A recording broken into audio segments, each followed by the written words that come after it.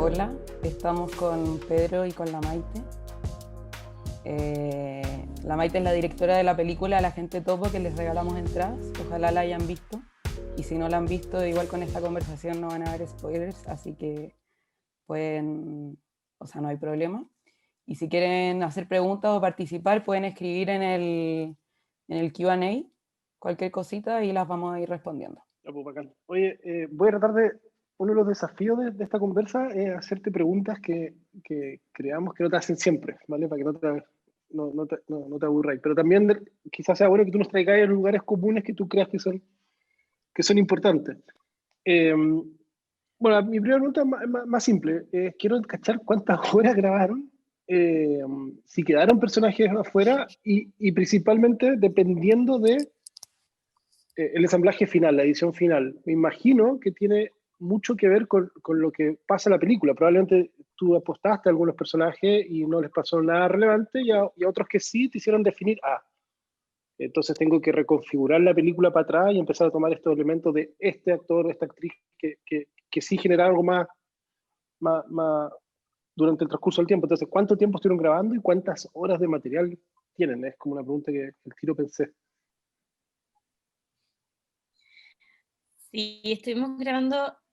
A ver, yo siempre paso mucho tiempo en los lugares y a veces la cantidad de tiempo que uno pasa no se traduce tanto en horas de material, como que a veces puede haber una semana que yo estoy ahí todo el día y no aprieto rec, entonces por mucho que haya estado 10 horas en el lugar, no es que grabé las 10 horas, como que estoy esperando que pasen cosas, y acá grabamos como 120 días más o menos, y de horas de material eran 300, que igual es harto, porque son 300 horas para hacer una película de 1 hora y media. Yo siempre digo que los documentales muchas veces se trata más sobre todo lo que uno, como lo más fuerte es la decisión de lo que hay que sacar, que lo que se queda, porque en esas 299 horas hay muchos, los montajitos gringos siempre dicen kill your darlings, como hay muchas cosas que uno ama y que tienes que saber vivir sin ellas, y hay personajes o muchas situaciones que se quedan fuera, pero no sé, por ejemplo,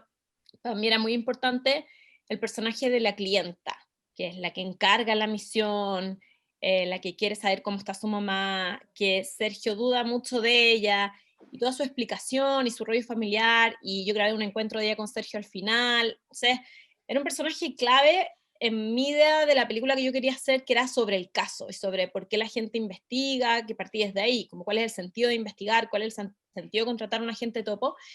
Y ella me tiraba la película para ese lado, que era el mundo de los detectives y los clientes, y qué tipo de personas son las que van a una agencia de detectives y para investigar qué. Pero Sergio, el protagonista, lleva la película a otro lugar donde no es tan importante la misión que tiene para entrar, sino lo que le va pasando a él en ese lugar. Y en esa película, que la descubro en montaje, sacando cosas y focalizando el punto de vista en él y en sus sentimientos, la clienta no tenía que ver con él y no tenía que ver con lo que a él le estaba pasando, sino que sí tenía que ver con el punto de partida de esta historia. Entonces fue una decisión fuerte tener que sacarla.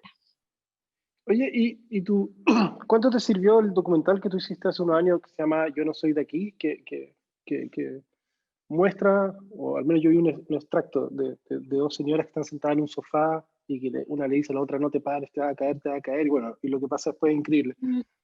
¿Te sirvió de inspiración? ¿Te sirvió para algo? ¿Te preparó de alguna manera?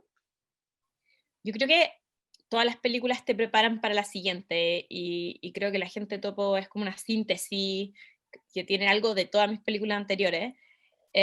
Yo creo que Yo no soy de aquí me preparó bastante como para el aprendizaje de cómo grabar al interior de un hogar de ancianos, y me sirvió bastante también como excusa para que me dejaran entrar a ese lugar, como diciendo, al final yo partí queriendo hacer una serie de detectives donde dije, ya quiero hacer un capítulo por infiltrado, pero era tan difícil de grabar porque era, ¿cómo voy a grabar un infiltrado sin matarle la misión al infiltrado y al detective? Entonces yo misma me tenía que inventar una mentira verosímil para que me dejaran entrar por mi cuenta sin matar lo que estaba investigando el infiltrado. Y el caso del asilo era el más creíble porque yo había hecho Yo no soy de aquí, entonces fui con esa película donde los dueños, donde los directores del hogar y con la ONCE, entonces era coherente que yo quisiera filmar ese lugar sin ningún tipo de sospechas. Me pasaba que, claro, habían casos bacán, o sea, no bacanes, pero insólitos de papás que querían seguir a sus hijos, o compañías de seguros, o universidades, que a mí me costaba mucho planear cómo entrar. Entonces, mi idea de serie de televisión era imposible porque no podía entrar a 8 mundos y pasar piola. Como el único lugar que me permitía hacer eso era la residencia de ancianos, por las películas anteriores. Oye, y hay una etapa, una parte de la película que es al principio y que eh, se da no quiero spoilear, pero uno se da cuenta ahí, muy al principio te das cuenta que esto es como un documental, es una película, como que la típica duda inicial, pero tú decides que aparezca una cámara, entonces como que, ya, va. Entonces esa sensación, ¿por qué decides eso? ¿Como un recurso narrativo? ¿O por qué quieres? De hecho, habláis tú una parte, como dice una cosa X, y eso es como para decirle, estamos todos en esto juntos, y eso lo quieres poner en tu película, o hay otra razón, y si queréis, cortamos esta parte después de que un spoiler, porque tampoco está relevante, pero es No, como algo que a mí me dio como una sensación como de realidad, como que me sacó un poquito, y que dije, bacán, me está mostrando esto, así va a ser, es una declaración. sí, es eh, importante esa decisión de estilo, porque primera vez que lo hago, y fue una decisión de montaje. Yo nunca pensé cuando estaba filmando que yo tenía que aparecer, y de hecho si lo hubiese planeado, quizás lo habría filmado mejor y me habría grabado como con más presencia yo, y tuve como que escarbar en qué partes aparecía la cámara de Sergio y en qué partes nos colábamos, porque es tan increíble la historia, y a mí me parece un valor que sea real, que de alguna manera había que aclarar al principio qué era, cómo entramos brevemente, porque no está la explicación grande, pero como la hija me pregunta, bueno, ¿y qué va a pasar? ¿Cómo lo van a hacer? Y como yo le explico brevemente, es como una manera de decirle al público, mira, nosotros estábamos ahí, la gente está consciente que la estamos grabando, entramos de esta manera y, ok, entrégate al relato y ya no importa tanto cómo lo hicimos, como es un mini resumen de nuestra presencia explícita para poder entrar en la narrativa sin dudas sobre el estilo, la forma y la logística. Entonces, fue necesario porque cuando mostramos los cortes, uno muestra mucho como la película, antes de terminarla, como que era una duda, como que la gente no entraba porque está todo el rato perturbada en el cómo ya, pero cómo, y qué le dijiste, qué te dijeron, y la gente de ahí sabían que la estaban grabando, entonces, como ya, ok, sí, estamos ahí, todos saben, nos vemos, somos un equipo, como están conscientes de que estamos, veamos la historia. Pero fue algo también que se hizo después, y a mí me pasa que es muy raro para mí agregar como decisiones tan grandes de estilo en montaje, son cosas que uno como director planea previamente, pero acá fue muy necesario porque perturbaba exactamente sobre el género, sobre qué es, y a mí personalmente no me importa si es realidad o ficción, yo digo son películas, obviamente que me encanta decir el género porque creo que o sea, ayuda a la conexión, que la gente sepa que es documental y que todo lo que pasó es real, pero al final uno está viendo una película y yo como directora tengo la exigencia de que tengo que contar una historia igual que en una ficción, tengo que emocionar igual que en una ficción, solo que trabajo con materiales distintos. Yo trabajo con la realidad, otros trabajan con actores. Entonces, Hay, Oye, hay algo ahí Marte, que... Dale, perdón. y una duda respecto como al proceso de montaje. ¿Fueron editando a medida que iban grabando? ¿Fue todo al final? Sé que fue una coproducción con muchas productoras extranjeras, entonces, ¿qué tanto se metieron? ¿Eso ayudó a que a las decisiones que tomaron en la película a quedar como quedó? ¿Cómo fue eso? sí, esta vez, Cata, como por primera vez montamos todo al final, porque fue un rodaje muy intenso. En documental funciona muy distinto como uno graba porque depende de los personajes.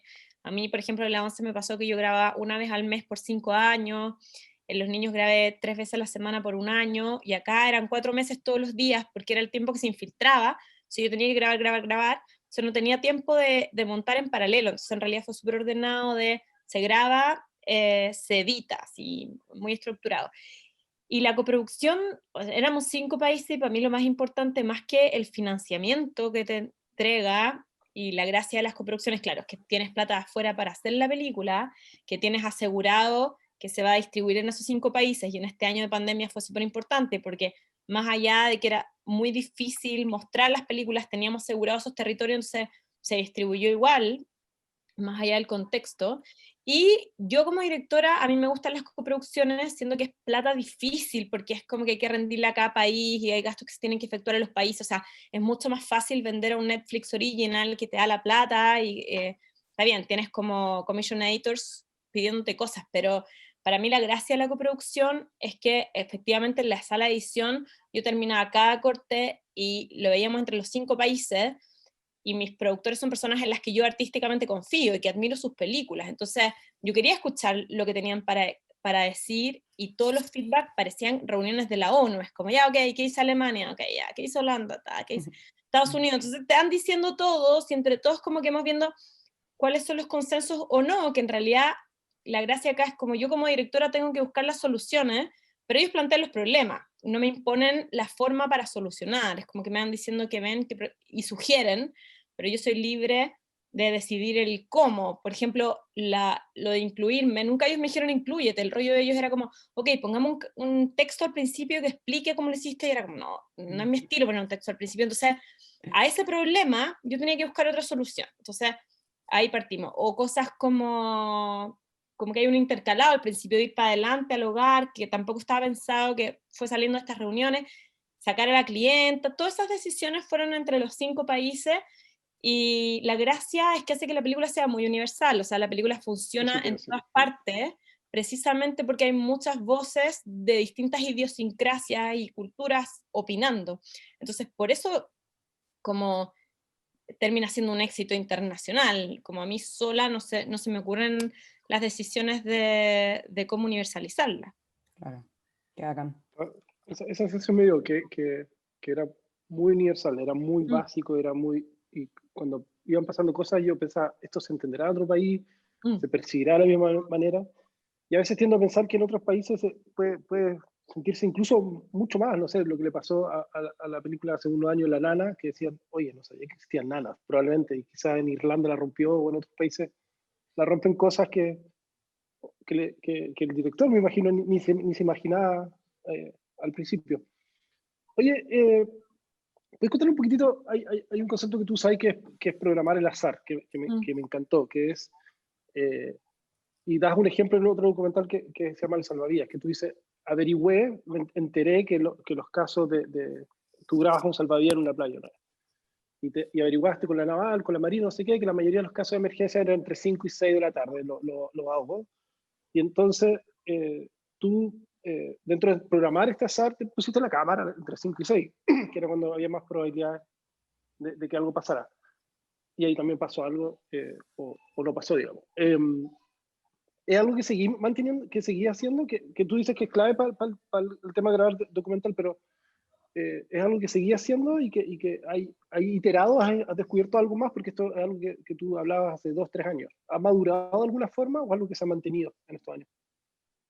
Yo como que baso mi trabajo en la tranquilidad del concepto de programar el azar, que es efectivamente como tú dices, si yo estudio un lugar y entiendo los comportamientos, hay ciertas acciones cíclicas que se van repitiendo, y yo de alguna manera puedo planear mi rodaje, porque si no la realidad es tan maleable que uno dice, bueno, no sé cómo escribo un guión o cómo decido cosas muy simples, que es, o sea, yo les acabo de decir como ya, los niños yo lo grababa 3 veces a la semana, la 11 una vez al mes, es como tan simple como cómo hago un presupuesto si no sé qué días de la semana tengo que grabar. Entonces, las decisiones de qué días de la semana tengo que grabar las tomo porque conozco tanto los lugares que sé qué días pasan las cosas que a mí me interesan para el guión que tengo. No sé, en los niños era súper simple, que era, había una clase que pasaba los miércoles que me interesaba, y los martes y los jueves tenían unos talleres de teatro y cosas de fonoaudiología que para mi historia no pasaban. Entonces, o sábado y domingo no me funcionaba lo que yo quería. Entonces,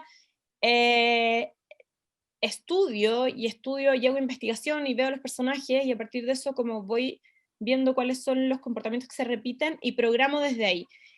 Y es como el jazz, o sea, como que hay una pauta y después improvisas, a partir de eso, o como un partido de fútbol, en el fondo, como vaya a estudiar al equipo, al contrincante, como cada uno tiene su posición, sabe qué hacer, y ya, bueno, la cancha se verá, pero necesitamos como un trazado de cancha, y la confianza de que si uno conoce y espera, eso va a pasar, y eso siempre lo hago. Lo que me pasó en el Agente Topo, que no lo podía hacer, lo podía hacer con algunas cosas, porque, claro, el hogar yo no lo podía investigar mucho antes, entré 2 semanas antes que Sergio, pero no tenía tanto control. Durante el rodaje empecé a tener más control porque empecé a entender lo que iba pasando, y hay como escenas muy simples en la película de programar el azar, como por ejemplo, hay un personaje, no le estoy spoileando la película, pero hay un personaje que roba. Entonces, el, yo sabía, porque yo había trabajado como asistente del detective, que obviamente lo iban a mandar a investigar los robos, y antes de que lo mandaran a investigar, yo ya sabía quién robaba, porque lo había visto. Y yo, como ya sabía cómo robaba, yo sabía cómo grabarla.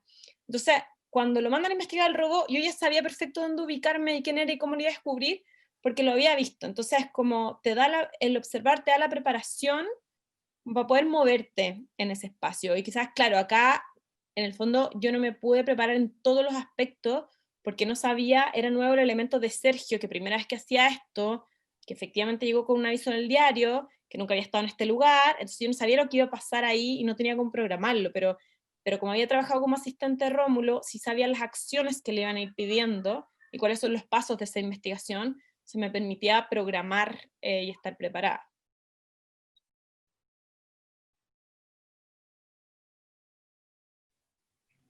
Oye, ¿y cómo es el proceso ahora yo aprendí hace poco que hay algo que se llama Road to Oscars, que es como tenéis que hacer una suerte de lobby.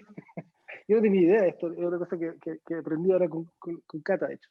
¿Cómo funciona eso? ¿Qué significa realmente? Es como baile así, por favor, ve mi película, lo estoqueáis, te consigues WhatsApp, hay equipos que te cobran por hacer eso. ¿Cómo funciona ese tras bambalinas? Lo que se puede contar, digamos. Uy, es que sabéis que, o sea, no sé por dónde partir, porque, bueno, hay que decir que, claro, el Oscar no es la mejor película, es la mejor película y la película que tenía el presupuesto, una buena película dentro de las películas que tenían el presupuesto para hacer una campaña de Oscar, y muchas veces los presupuestos de campaña triplican el presupuesto de la película, solo de campaña Oscar, no estoy diciendo de campaña de promoción internacional. Entonces, en documental, por ejemplo, me hablan de un caso el año pasado que era una película que había costado $500.000 y el presupuesto solo de campaña Oscar era de $3 millones. Entonces, quienes quedan son muchas veces los que tuvieron la plata para hacer esas campañas.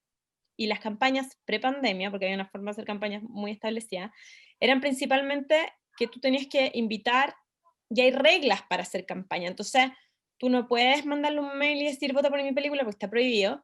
No puedes mandarle toda la promoción tiene que ir a través de la academia, que te cobran por esa promoción. Entonces, por ejemplo, yo ahora si quiero mandar un mail a todos los integrantes de la academia para que vean mi película, cada mail a todos los integrantes de la academia vale $2.000. Y hay como ciertos mails cierto número de mails que puedes mandar. Yo voto y al día me llegan 35 mails, entonces es como la cantidad de plata que hubo como solo en un día en este grupo de películas.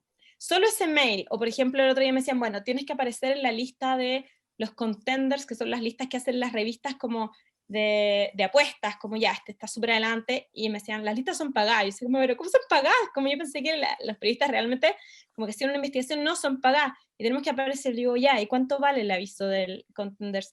$70.000, como, tan locos, o sea, yo no me pagaron un aviso $70.000 para hacer la lista de contenders, y todos así, y todo ridículo.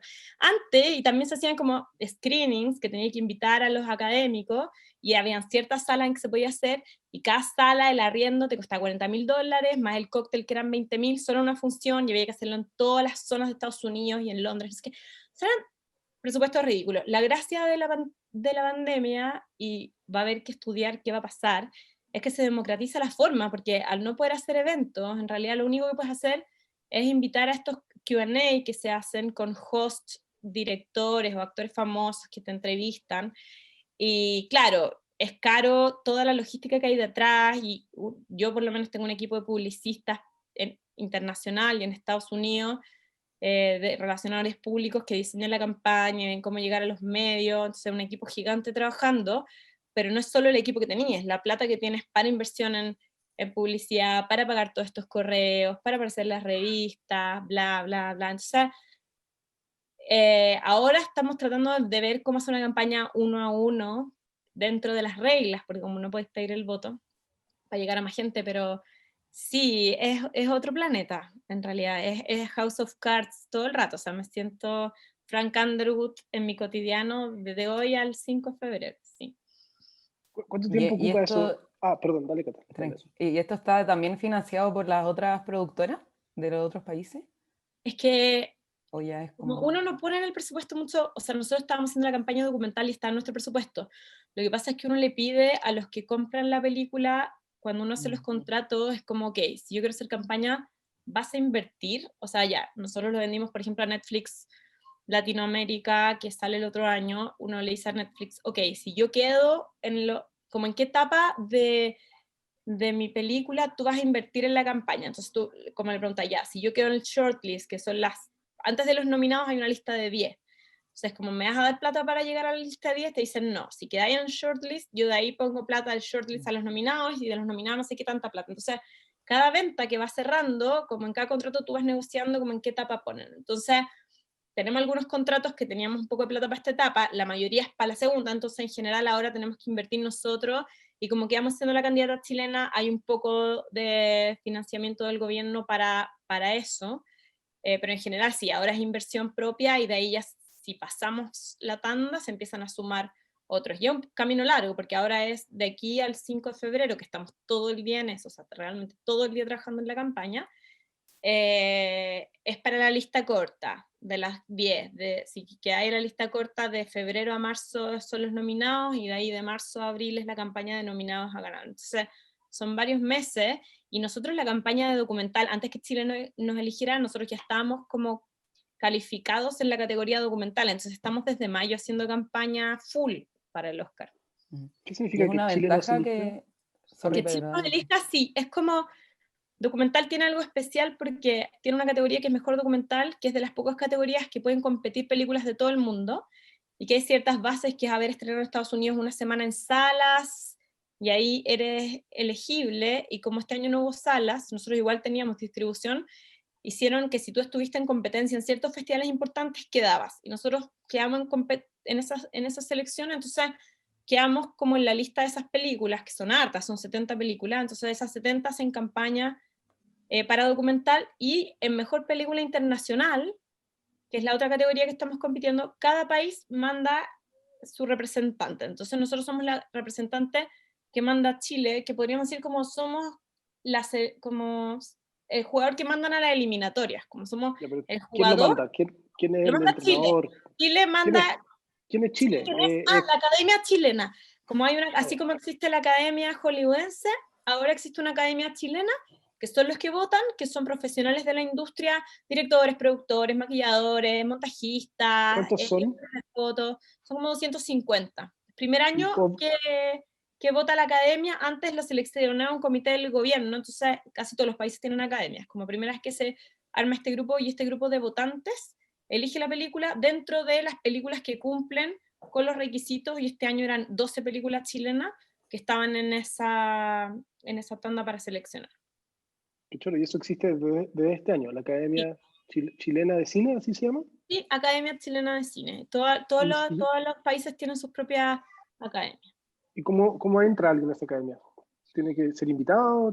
No, o sea, postulas y es por currículum. Tienes que haber tenido en la rama de tu expertise, no sé, si tú eres sonidista, tienes que haber trabajado en 2 películas al menos que hayan sido estrenadas y reconocidas como en ciertos festivales o en salas.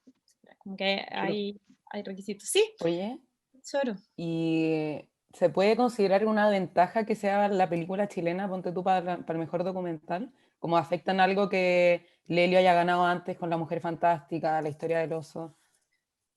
Sí, Cata, hay dos cosas, yo creo. Uno, el año pasado por primera vez, un documental que se llama Honeyland, que era un documental macedonio independiente chiquitito, que es como el que nos marcó un hito a nosotros para pensar que podemos plantearnos la campaña así, que estuvo nominado en ambas categorías, en Mejor Película Internacional y en Mejor Documental. Y lo que pasa es que al hacer doble campaña, una campaña retroalimenta a la otra, porque empieza a tener visibilidad en la industria y en la academia gringa por uno o por otro lado. Entonces, haber estado desde mayo haciendo la campaña documental claramente ayuda a la internacional porque es un nombre que se te repite al votar. Entonces, sí, ayuda. Y sin duda, como el cine chileno, yo siento que ya es una marca que se ha construido y es una marca como, es que una imagen país bastante arraigada en el extranjero y ya, para llevarlo también al fútbol, como que te toque jugar con Argentina. O sea, la gente ya se pregunta cuál es la película que manda Chile y se fijan, o sea, no es una cinematografía menor, entonces ya hay como una base de marca que independiente de la película que sea, ayuda y es totalmente por el trabajo de los que han venido antes y no solo por el Oscar, o sea, sin duda por los Oscars, sin duda por las nominaciones, porque es una industria que ha ido creciendo afuera mucho más de lo que ha crecido al interior de Chile, y las ventas del cine chileno creo que son mucho más altas afuera que dentro del país también. Entonces, eso ayuda sin duda en una campaña, sobre todo en la categoría de internacional. Qué chulo, para mí es imposible no estar haciendo todo el tiempo analogía de lo que hacemos nosotros, Mm. que tiene un proceso de inversión, que tienes que ir a buscar plata y que te dicen, ya, tu startup vale tanto ahora y después un año más, después vale más. Y al mismo tiempo, esa pega me toca a mí y un poco triste porque yo no hice esto para ir a andar buscando plata de inversionistas, sino que quise construir algo.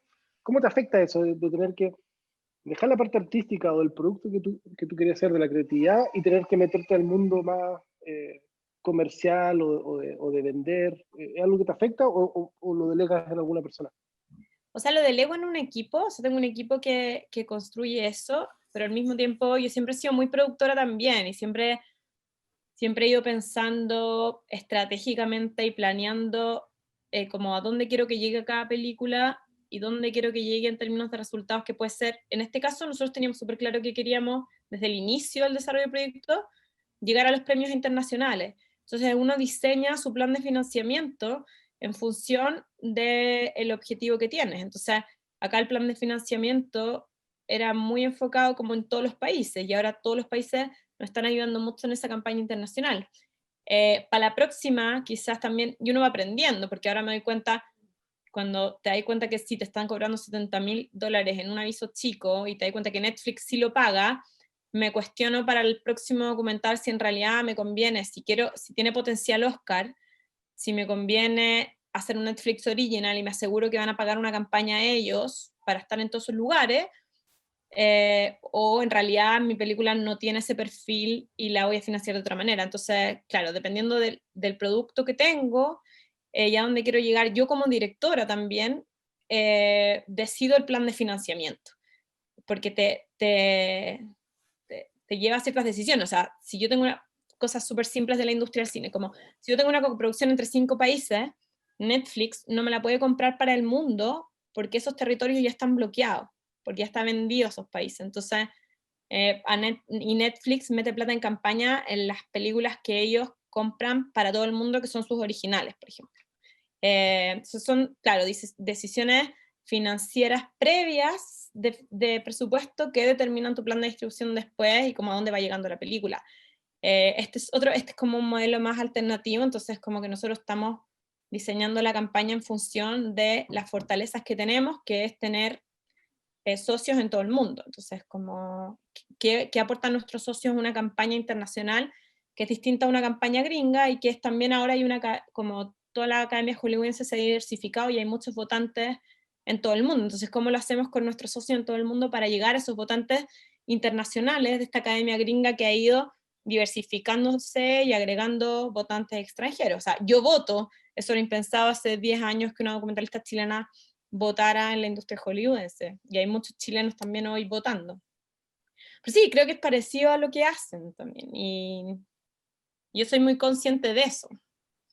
Oye, ¿y cómo te relacionáis con el talento que viene de abajo, que vienen como la Cata o gente que está empezando a hacer sus producciones? ¿Qué relación tenéis con ellos?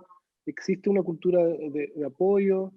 En la práctica, ¿cómo se colabora? Porque hay que darse cuenta que o nos ponemos de acuerdo y nos apoyamos entre todos y dejamos de lado la chimuchina y los problemas que hay en todo grupo humano, o dejamos eso de lado o no salimos para adelante. ¿Cómo te relacionáis con tu entorno? ¿Cómo te relacionáis con los nuevos talentos? ¿Qué veis que hay cosas que te decís, hoy me hubiera gustado que eso hubiera estado en mi momento? ¿Cómo es esa relación con ese talento?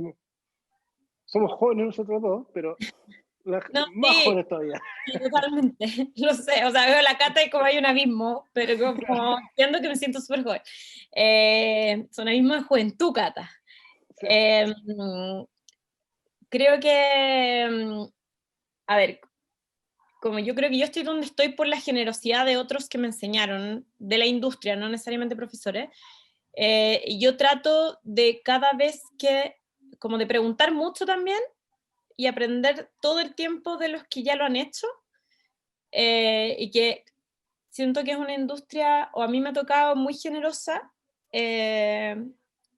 donde se comparte mucho el conocimiento, y yo también trato de compartirlo mucho con los que me llaman, y ahora, por ejemplo, que la academia está empezando, es como todo lo que yo he ido haciendo, que muchas cosas están financiadas por nosotros, como que las he ido compartiendo, o como que he tratado de que queden ahí, y a todos los que nos están ayudando como de la academia y de la industria, como que les trato de decir, bueno, como todo lo que nosotros hagamos, quizás yo no llegue a estar en la lista o no llegue a los nominados, pero va a ser conocimiento para el que le toque el próximo año, porque estamos haciendo una campaña nueva digital que antes no se hacía por la pandemia, entonces como que son aprendizajes que van a ir quedando ahí, que lo estamos comunicando, y yo necesito pasarle esa carpeta, o me pasó cuando estuve nominal Goya, que también fue como que hicimos una campaña nueva, y todos los años siguientes, como que a mí me llamaban los que quedaban para preguntarme cómo lo habíamos hecho, y se lo enseñamos, y le pasamos como a nuestro equipo, entonces se va entregando ese conocimiento. Y yo en lo práctico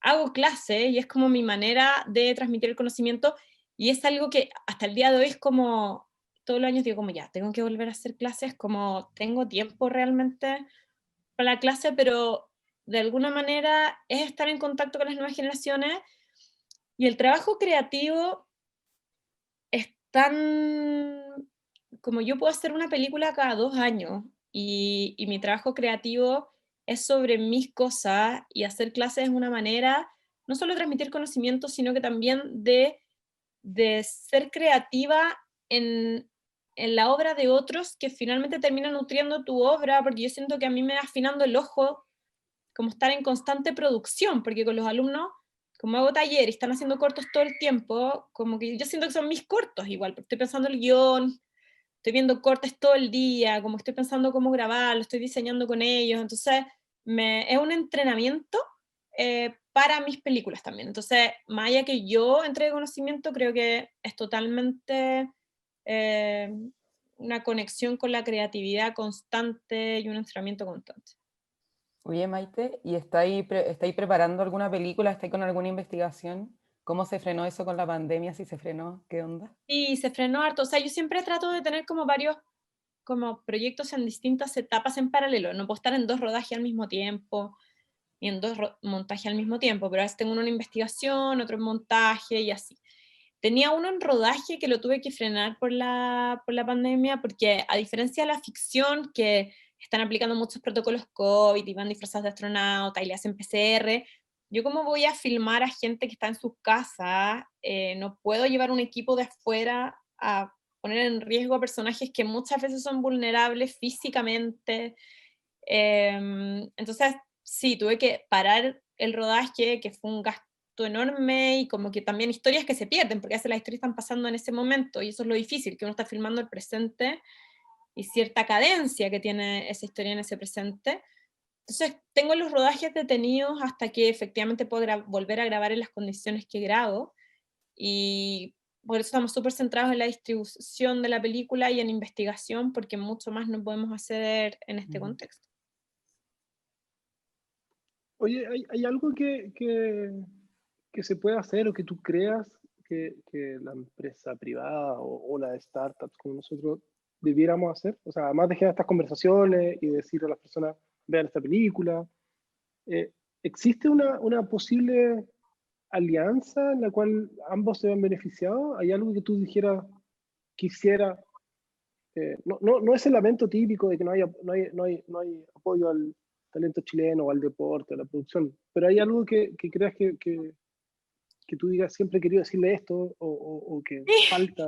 Yo creo que falta, o sea, porque nosotros dependemos totalmente de los fondos públicos y yo suelo, o sea, como tener estrategias híbridas como de mucho financiamiento internacional y el fondo público, pero por ejemplo en Estados Unidos hay muchos equity que invierten en cultura y que son fondos de recuperación y como que acá no se ha planteado, no se ha pensado eso como con el cine, y el cine es una industria cada vez más rentable, o sea, como hay que ver la obra también, pero muchas películas que sí tienen potencial de rentabilidad y modelos de negocios como cualquier otro producto, entonces creo que no se ha analizado desde los privados cómo hacer como equity fund que recuperen y cuáles son los porcentajes y cómo pueden ser productores, y a veces quizás como que son porcentajes no tan altos de inversión y que sí les pueden generar visibilidades para las marcas y para las empresas, si no es recuperar el CAT solamente, que podría pasar,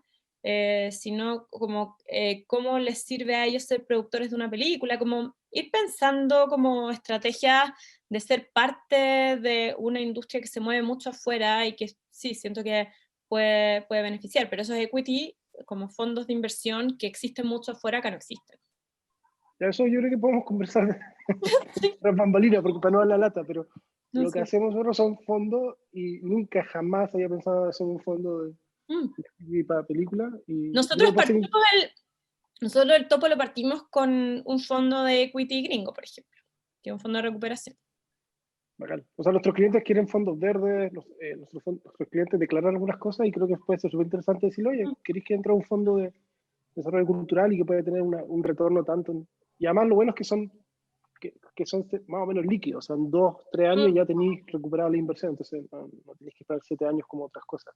Oye, Me está buena encanta, esa, ¿no? sería genial, porque además a los cineastas, y volviendo como a lo anterior, a uno le daría mucha libertad como no estar comprometido con la distribución después, o sea, en el fondo, la gracia del equity y de la inversión es que a mí me da libertad después para decir, ¿sabéis qué? La película efectivamente podría llegar al Oscar y ahora la vendemos a Sony o a Netflix o a un grande sin haber tenido comprometidos como fondos chicos de distintas partes del mundo o pequeños canales en el camino, sino como con una libertad de como una película limpia de compromisos de distribución en territorio.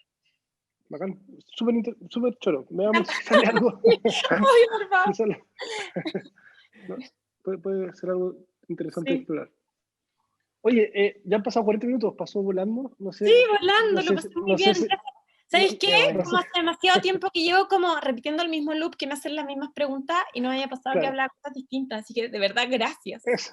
Qué Nos bueno. imaginamos eso con la Cata. Qué bueno Ayer que lo dijo, logramos. No, bueno, ¿qué le muchas preguntamos? ¿Qué gracias. le preguntamos? No, bacán, muchas gracias. Ya, pues, Gracias a Cata, ti. no sé si tú tenías alguna otra pregunta No, nada tan importante.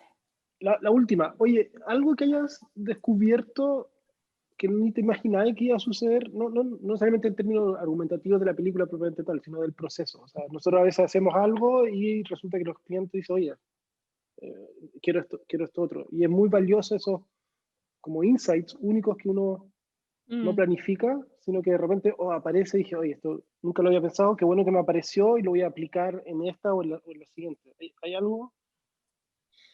Yo creo, o sea, hay muchas como aprendizajes de cómo hacer cine que aprendí en esta y que no sé si la puedo volver a aplicar porque era muy específico, pero quizá un aprendizaje del año, que ya, pero no, porque también te podría contestar como sobre el aprendizaje de la película que les digo siempre, pero creo que a veces los productos, y en este caso esta obra, como se cruzan los astros. Y cuando yo estrené la película en enero, era una película como muy poco contingente, o sea, una película que funcionaba, pero que la tercera empezó a estar en la agenda y en los medios este año por la pandemia, y que para mí era como desastroso en mi modelo económico lo que estaba pasando, porque no la podía distribuir como yo quería, en las condiciones que habíamos planeado por años, porque efectivamente eran esas películas que tú decís como, vayan a la sala, y vayan a las salas de todo el mundo, pero como la contingencia temática hizo que la visibilidad de la película en todo el mundo fuera mucho mayor,